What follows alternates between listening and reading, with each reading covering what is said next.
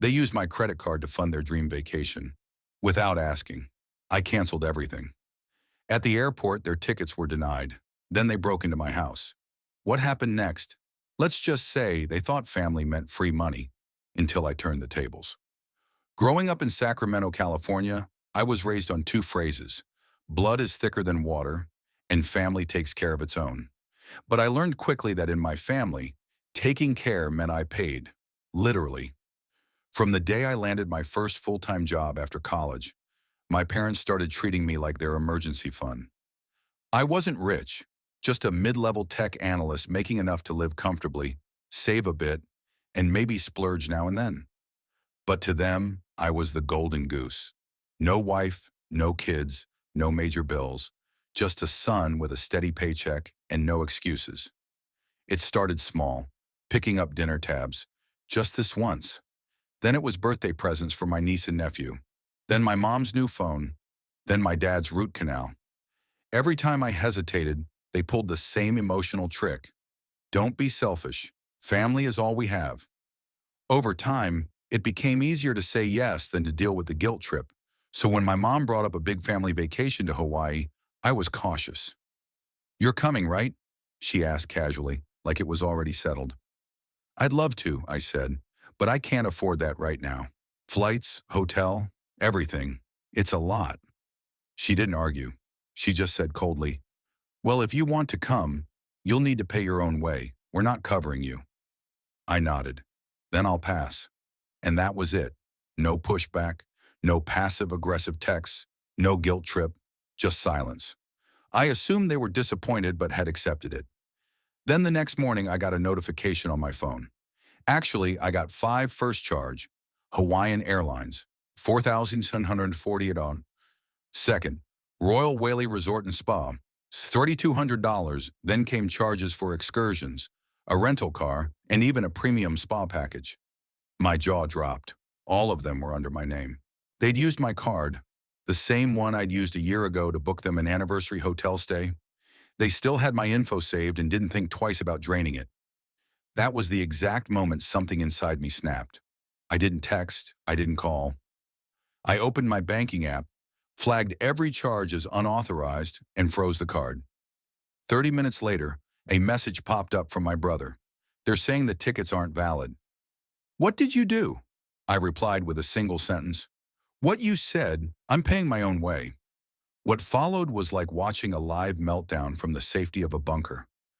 Group texts flooded in. My mom wrote, "Your father is having a panic attack." My dad, "You selfish little bastard, after everything we've done for you." My brother, "Fix it now or I swear I'll come to your place and make you fix it." I didn't answer any of them. I wasn't scared. I was tired. They weren't upset because I froze the card. They were upset because I refused to play my role. In their eyes, I was never supposed to say no. I was supposed to be the quiet provider, the dependable, guilt-ridden son who always came through. Instead, they were now stranded at the airport, stuck with non-refundable dreams and 2 screaming toddlers. And that was before the fraud notices started showing up. At first, I thought that would be the end of it, that they'd lick their wounds and eventually back off. I was wrong. The next morning, I was making coffee when I heard the front door unlock. A key turned. I froze. Then I remembered months ago, during one of my dad's fix-the-plumbing weekends, I gave him a spare key. I never got it back. The door slammed open. I heard the stomping of feet and angry voices. I didn't have time to call anyone, but I didn't need to. My dad stormed into the kitchen, red-faced and sweating, with my brother right behind him. "You're going to call the bank," my dad shouted, "and undo this disaster." My brother stood like backup, arms folded. I didn't move. I calmly picked up my phone, tapped the camera app, and started recording. "I'd leave if I were you," I said. "You have no right to be here." "You gave me that key," my dad snapped. "And I revoked that the day you committed credit card fraud," I replied. "This is criminal trespass." That's when they noticed the camera. "You're filming this?" my brother asked. "Oh yeah," I said. "And right now I'm texting my lawyer and sending this to the police." My father looked stunned, as if it never occurred to him that consequences might apply to him. My brother's tough guy posture shrank. "You're really going to ruin your own family over a vacation?" my brother asked. No, I said. You ruined this family the second you decided I was just a piggy bank. They stood there for a moment, unsure of what to do. Then wordlessly, they turned and walked out. I locked the door behind them and changed the locks later that day. I thought they'd get the message after the break-in. I had legal footage, a clear case, and witnesses if I needed them. I assumed embarrassment or fear would make them back off, but entitled people don't retreat quietly. They double down. That evening, I sent the video to my lawyer and made an official report: credit card fraud and unlawful entry. My lawyer explained that even though I gave them a key months ago, using it after revocation, especially during a confrontation, was legally considered trespassing. The next morning, an officer paid them a visit. No handcuffs, no arrest, just a firm warning. Another incident and charges would follow. That should have been the end, but it wasn't. It was just the start of something bigger. Because they weren't prepared for consequences, the first blow came fast. My fraud claim was approved. Every vendor, airline, resort, spa reversed the charges and refunded my account. But since the services were still booked under their names, the refunds didn't come without fallout. My parents and brother were flagged for suspicious activity across several financial institutions. The hotel group blacklisted their names. My dad's credit cards were frozen. He got a letter a few days later. His bank had flagged him for fraud investigation. Then came the social consequences. My brother, never one to think before speaking, posted a long, angry rant on Facebook. It was about ungrateful kids and how some people forget who raised them. He didn't name me, but it wasn't hard to connect the dots. His rant got traction. People in our extended family saw it. So did people at his job. What he didn't realize was that someone in his company's HR department was connected to him online. That same person found the police report, now public record, along with the video my lawyer had submitted. He got called in for a professional conduct review. The result? Demotion. He lost a team he had managed for 2 years, and his bonus eligibility for the quarter vanished. When he returned to work, his title was stripped, and colleagues stopped taking him seriously. In a field where image mattered, he'd burned his own reputation. But still, they didn't apologize. Not once. In their eyes, I was still the problem. Then came something no one expected. My grandmother, my dad's mother, called me. We weren't close, but she'd always treated me fairly. She was quiet, sharp, and never meddled. I heard about the vacation mess, she said. Yeah, I replied cautiously. You okay? She asked. I'm getting there. She paused, then said, I've updated my will. Your father and brother are out. You're getting everything. The house, the stocks, the land. I was speechless. She continued. You're the only one in this family who's ever stood up for yourself. Everyone else just takes and expects. You said no. That matters. I didn't argue. I just thanked her. And in that moment, I realized something. Justice wasn't always loud. Sometimes it came in small, powerful shifts, but the fallout wasn't over. People noticed. My parents had told everyone they were going to Hawaii. When no photos appeared, questions started. Rumors spread. They didn't deny the story. They just tried to stay quiet. But silence doesn't erase consequences. Their church friends stopped calling. Neighbors who once waved now looked away. At social gatherings, they were politely excluded. I hadn't said a word to anyone beyond the police and my lawyer, but word got around anyway.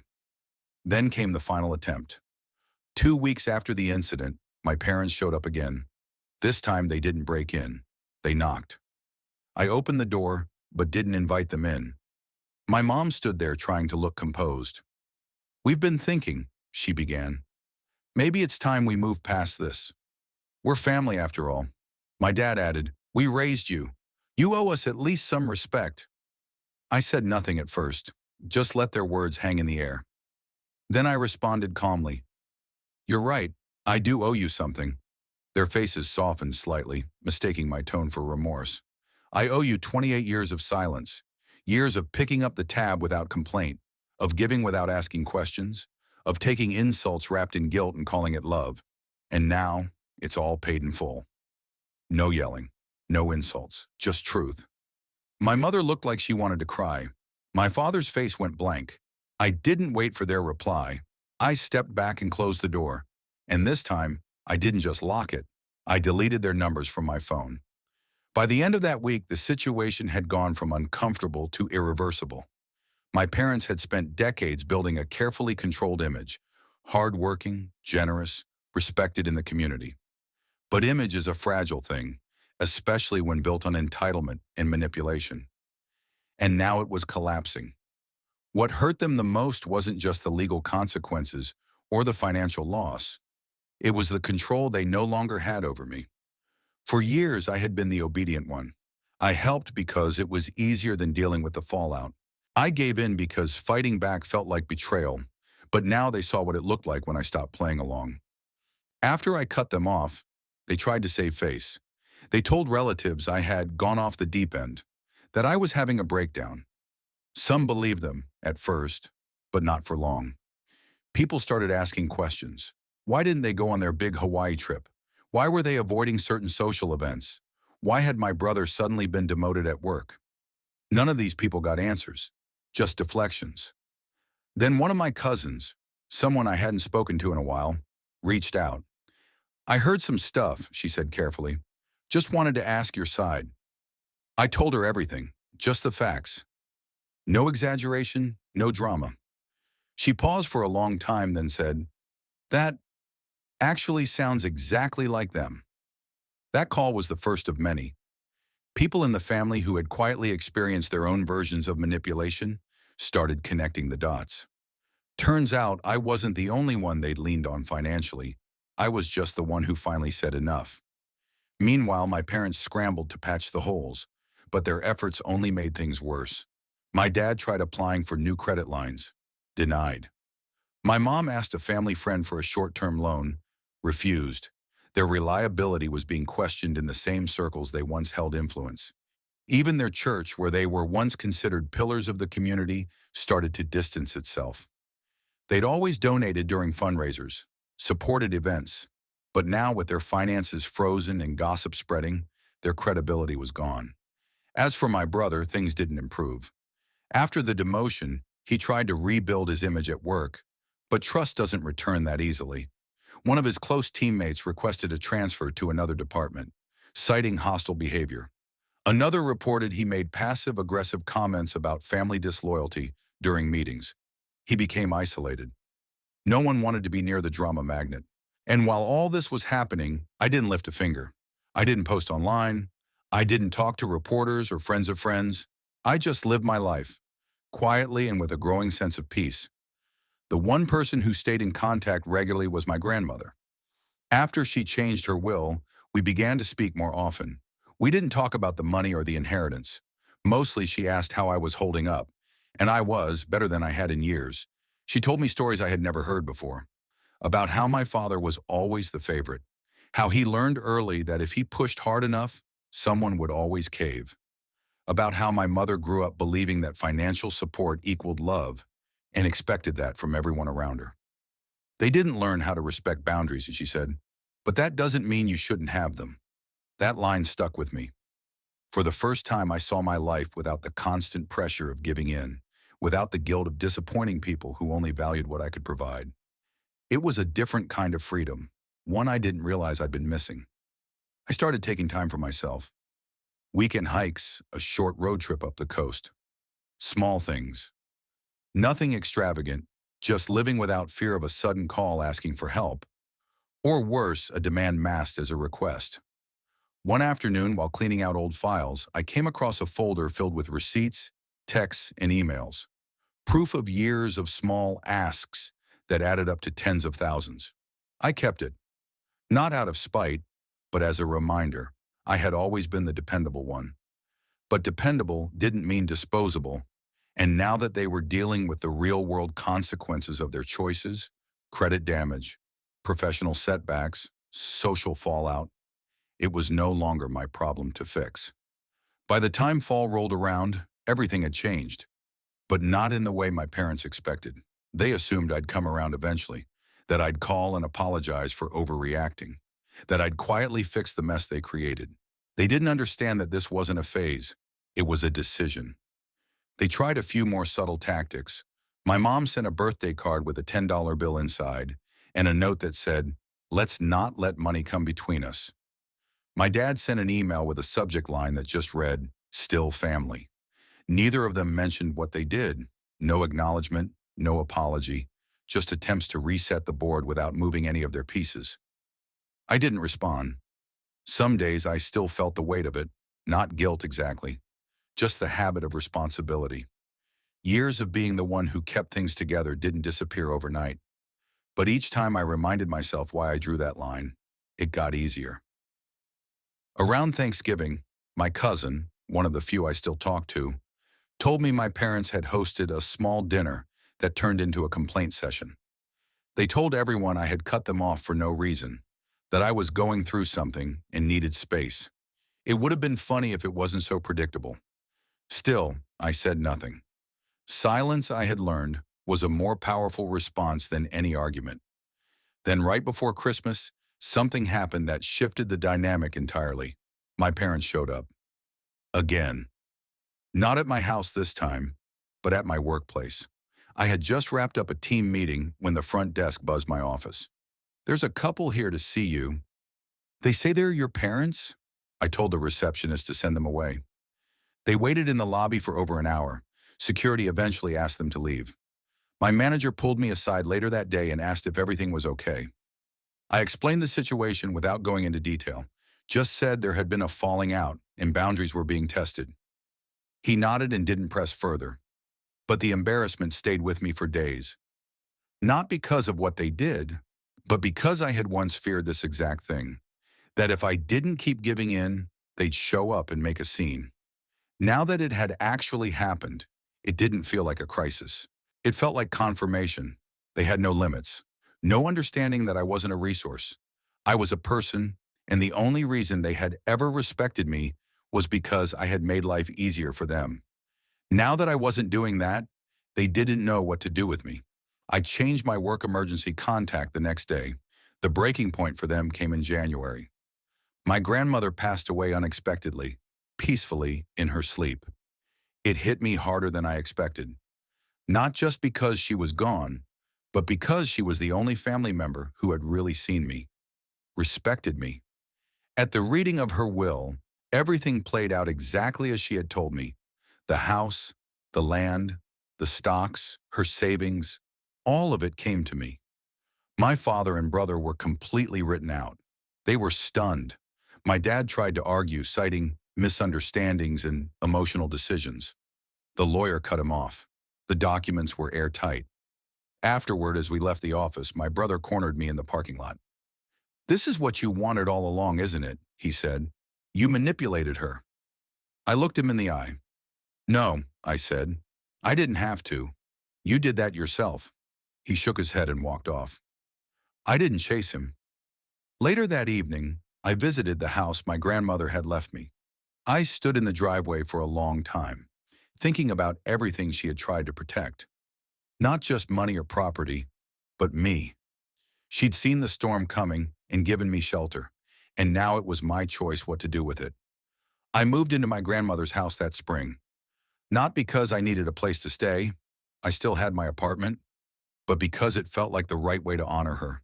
She'd trusted me with something she didn't trust anyone else to protect, and I wasn't about to let it go to waste. There were no big renovations, no dramatic changes. I kept the house as it was, simple, quiet, peaceful, the kind of place that didn't demand anything from me, the kind of place I'd never had growing up. Once the dust settled, I expected silence from my parents. But 2 months later, they tried one last move.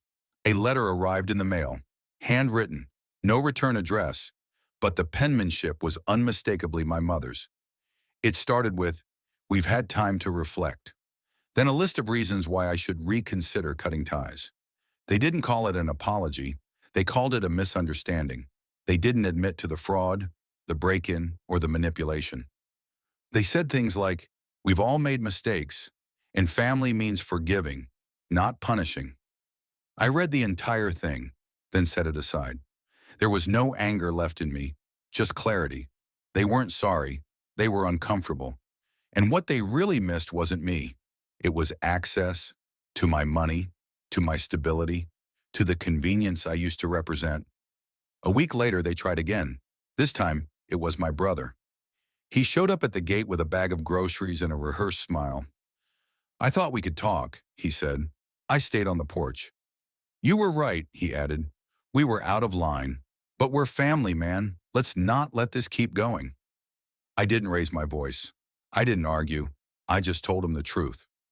For years, I kept giving because I thought that was love, that sacrificing for family was the price of staying connected.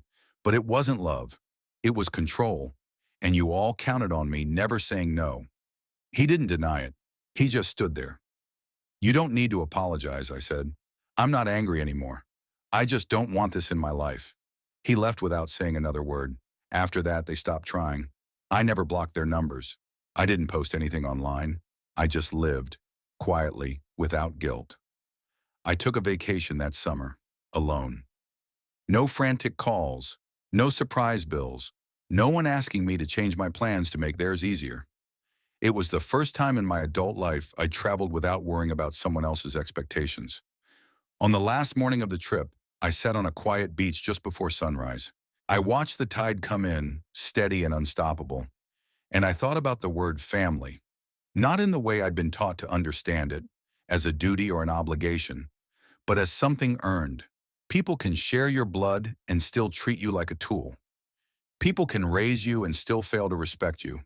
And sometimes the healthiest thing you can do is close the door and mean it, not out of spite, but out of self-respect. Because some boundaries don't just protect your time or your money, they protect your peace.